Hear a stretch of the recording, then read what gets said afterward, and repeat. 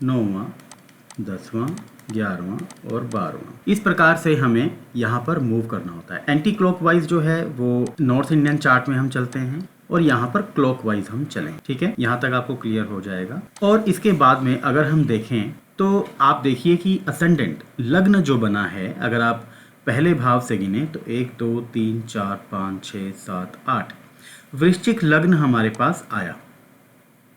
अगर आप भाव चलित चार्ट में भी देखेंगे तो वृश्चिक लग्न है।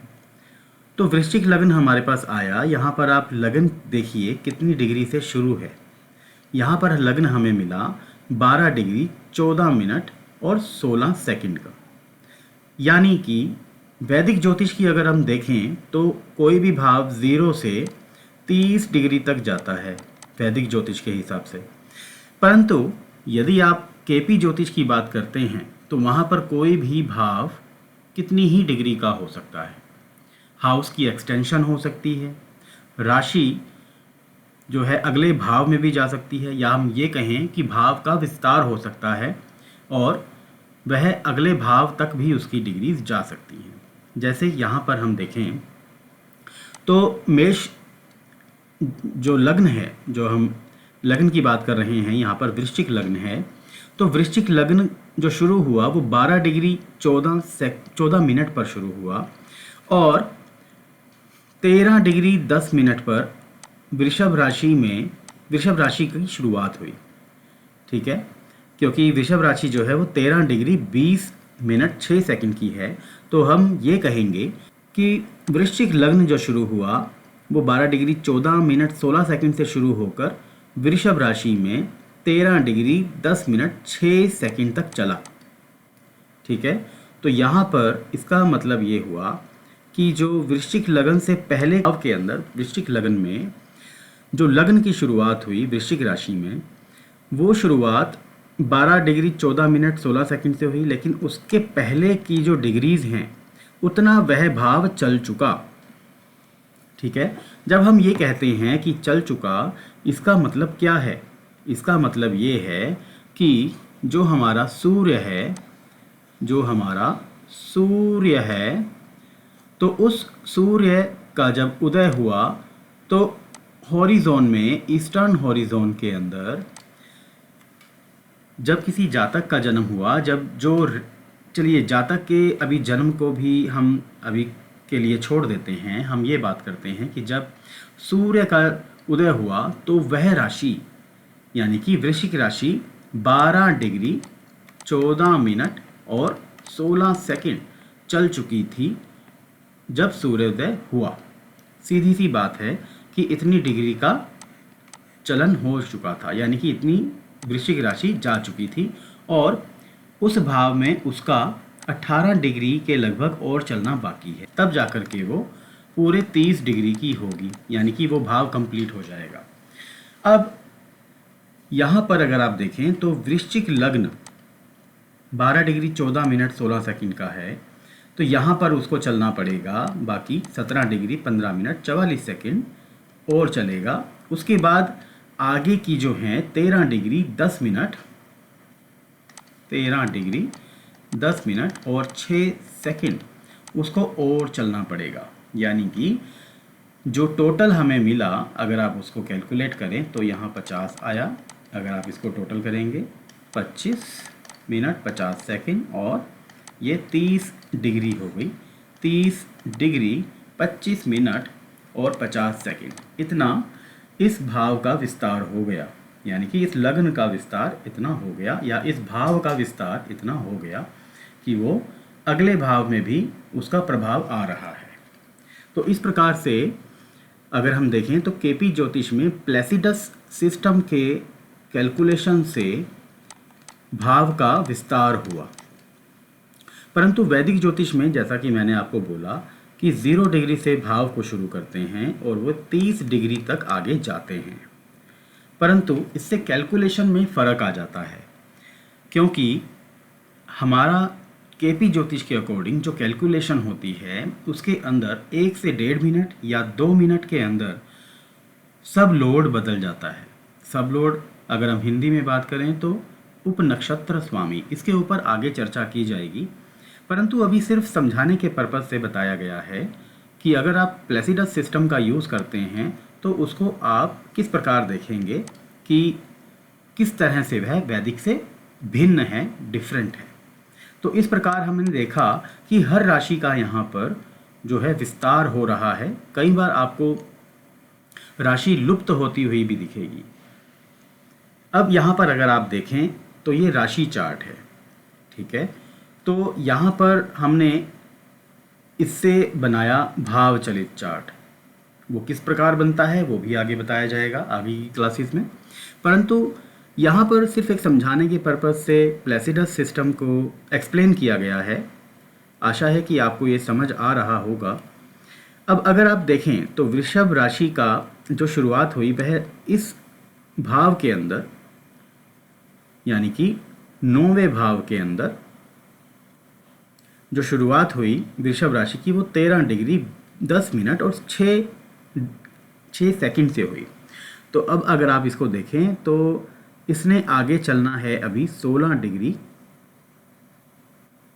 39 मिनट और 54 सेकंड, क्योंकि 30 डिग्री में से यदि आप 13 डिग्री 10 मिनट और 6 विकला यानी कि सेकंड अगर आप निकाल देंगे तो इतना बचेगा। और आगे वृषभ राशि को आगे इतना और चलना है 17 डिग्री 26 मिनट और 29 सेकंड। तो इस प्रकार से हम हर भाव का देखेंगे प्लेसिडस सिस्टम के थ्रू कि वह कितने डिग्री का भाव बन गया या राशि बन गई। ठीक है, आशा है कि आपको ये समझ में आ रहा होगा। तो ये तो थी आपको समझाने के लिए कि प्लेसिडस सिस्टम क्या है और भाव का विस्तार किस प्रकार होता है केपी ज्योतिष के अंदर। अब अगर हम बात करें और क्या डिफरेंस केपी ज्योतिष और वैदिक ज्योतिष में है, तो इसके लिए हमें दोबारा से यहाँ पर देखना पड़ेगा। और अगर हम देखें तो वैदिक ज्योतिष जो है उसमें किसी भी योग को, जैसे वैदिक ज्योतिष में तो योगों की भरमार है, ठीक है, बहुत सारे जो योग हैं, परंतु केपी ज्योतिष के अंदर योग के नाम पर कुछ भी नहीं माना गया है। वहाँ पे सिर्फ एक दोष को माना गया है जिसको हम बोलते हैं पुनर्फु दोष। ये दोष क्या है? पुनर्फु दोष एक ऐसा दोष है जो कि शनि और चंद्रमा के योग से बनता है। चाहे तो इकट्ठे बैठ जाएं, चाहे दृष्टि से बने, चाहे एक दूसरे के नक्षत्र में आ जाएं या दृष्टि हो जाए, जैसा कि पहले ही बता चुका हूँ। इसके बारे में भी आगे डिस्कस करेंगे। और यदि मैं इसके आगे बताना चाहूँ तो वैदिक ज्योतिष और केपी ज्योतिष में हम एक डिफरेंस और बता सकते हैं कि शनि की साढ़े साती, या इसके अलावा मैं बताना चाहूँ तो मांगलिक दोष, इनको भी नहीं माना जाता। दूसरा, केपी ज्योतिष के अंदर केवल और केवल भाव चलित चार्ट को देख करके सारी प्रेडिक्शन की जाती है, क्योंकि भाव चलित चार्ट ही एक ऐसा चार्ट है जो कि हमें ग्रह की वास्तविक पोजीशन को बताता है या स्थिति को बताता है कि ग्रह अगर लग्न कुंडली के अंदर जहाँ पर था वहाँ से वो खिसक कर कौन से भाव में चला गया है। क्योंकि कई बार हम देखेंगे यदि ग्रह 29 डिग्री का किसी भाव में बैठा हुआ है, सपोज कीजिए सूर्य 29 डिग्री का 7वें भाव में है, तो चलित कुंडली के अंदर वो आपको 8वें भाव में भी मिल जाएगा। ऐसा कई बार देखने में आया है कि 29 डिग्री का कोई प्लैनेट है तो वह आगे खिसक कर चलित कुंडली में आपको 8वें भाव में मिलेगा, या किसी भी भाव में इस प्रकार हो सकता है। तो कहने का तात्पर्य यह है, जब आप उस ग्रह के बारे में एनालाइज कर रहे होंगे तो केपी ज्योतिष के हिसाब से आपको 7वें भाव के फल ना मिल करके 8वें भाव के फल मिलते हुए प्रतीत होंगे। अनुभव में 8वें भाव के रिजल्ट आएंगे, ना कि 7वें भाव के। तो भाव चलित चार्ट की इम्पोर्टेंस इसीलिए केपी ज्योतिष के अंदर बहुत ज़्यादा है। दूसरा, जैसा मैंने पहले बताया कि वैदिक ज्योतिष के अंदर किसी भी भाव का एक मध्य बिंदु पकड़ते हैं, परंतु यहाँ पर मध्य बिंदु के नाम की ऐसी कोई चीज़ नहीं है केपी ज्योतिष में।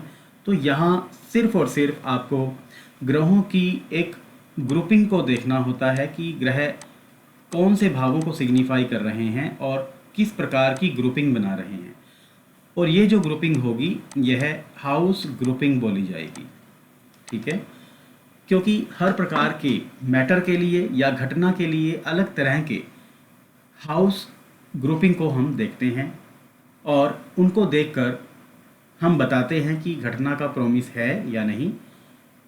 उसके बाद दशाएं देखी जाती हैं, फिर गोचर देखा जाता है, परंतु यह आगे का विषय है तो इसको हम आगे के लिए ही छोड़ देते हैं, अभी इस पर डिस्कशन नहीं करते।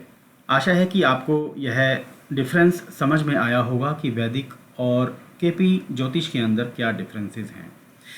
अगर आप देखेंगे तो वैदिक ज्योतिष के अंदर काफ़ी सारे डिविजनल चार्ट बनते हैं, 60 तरह के डिवीज़न चार्ट बनते हैं, इससे भी ज़्यादा शायद आ गए हैं अब, क्योंकि अलग अलग जो रिसर्च स्कॉलर हैं उन्होंने काफ़ी रिसर्च की और उसके बाद काफ़ी सारी जो हैं रिसर्च करने के बाद में और भी इसके ऊपर कार्य किया, कई प्रकार के चार्ट्स के बारे में बताया, परंतु यहाँ पर कैलकुलेशन बहुत ज़्यादा है। वैदिक ज्योतिष में अगर आप देखें तो वैदिक ज्योतिष बेसिकली ओशियन है। अगर किसी को इसकी प्रेडिक्शन आ गई और इसके ऊपर महारत हासिल कर ली, जो कि बहुत ही नामुमकिन है, क्योंकि अगर आप 27 जन्म भी ले लें तब भी, या 100 जन्म भी ले लें तब भी आप वैदिक ज्योतिष को पूरा नहीं सीख सकते। परंतु यदि आप केपी ज्योतिष के ऊपर प्रैक्टिस कर लेते हैं, हालांकि केपी ज्योतिष जो है वो वैदिक से ही निकली है, वैदिक ज्योतिष ही केपी की जननी है, तो हम केपी ज्योतिष के लिए वैदिक ज्योतिष को नकार नहीं सकते, परंतु उसका हम सहारा लेकर चलते हैं। परंतु केपी ज्योतिष के लिए मैं सिर्फ इतना कहना चाहूँगा कि आपको यहाँ पर सिर्फ भाव चलित चार्ट D1, जबकि इसका प्रयोग बहुत कम होता है, राहु और केतु की पोजीशन को देखने के लिए हम इसको यूज़ करते हैं। इसके अलावा ग्रहों के कार्येश भाव और भावों के कार्येश ग्रह, ये 2 प्रकार के टेबल बनते हैं जिनको हम केपी ज्योतिष के लिए देखते हैं और प्रिडिक्शन करने के लिए प्रयोग में लेके आते हैं। इसके अलावा महादशा, जो कि हम विंशोत्तरी दशा को प्रयोग में लाते हैं, और इसके अलावा वैदिक ज्योतिष की तरह अष्टोत्तरी दशा या योगिनी दशा, चर दशा, इनको प्रयोग में नहीं लेकर के आते, केवल और केवल विंशोत्तरी दशा को ही प्रयोग में लाते हैं। सबसे बड़ा एक जो मुख्य डिफरेंस है केपी ज्योतिष के अंदर और वैदिक ज्योतिष के अंदर वो ये है कि केपी ज्योतिष में हम नक्षत्रों को प्रयोग में लाते हैं, जबकि वैदिक ज्योतिष में नक्षत्रों का प्रयोग नहीं है। हम केपी ज्योतिष के अंदर देखते हैं कि ग्रह कौन से नक्षत्र में बैठा हुआ है, उस नक्षत्र का स्वामी कौन है, और जो वो स्वामी है वह कौन से भावों को सिग्निफाई कर रहा है। सबसे ज़रूरी चीज़ ये है। हालांकि नियम को हम आगे डिस्कस करने वाले हैं, नियमों के ऊपर भी हम काम करेंगे, परंतु नक्षत्र उसके स्वामी को देखना यह बहुत ज़्यादा इम्पॉर्टेंट है केपी ज्योतिष के अंदर। और दूसरी एक चीज़ और भी है कि जो ग्रह है उसका उपनक्षत्र स्वामी क्या फल दे रहा है, क्योंकि उपनक्षत्र स्वामी एक फाइनल डिसाइडर का काम करता है, जिसके बिना आप घटना का प्रॉमिस नहीं बता पाएंगे। तो ये कुछ डिफरेंस मैंने आपको बताए। आशा है कि आपको ये क्लास अच्छी लगी होगी, और अगर आपको ये क्लास अच्छी लगी है तो आप कृपया कर इसको सब्सक्राइब करें, लाइक करें और शेयर करें। आपका बहुत बहुत धन्यवाद।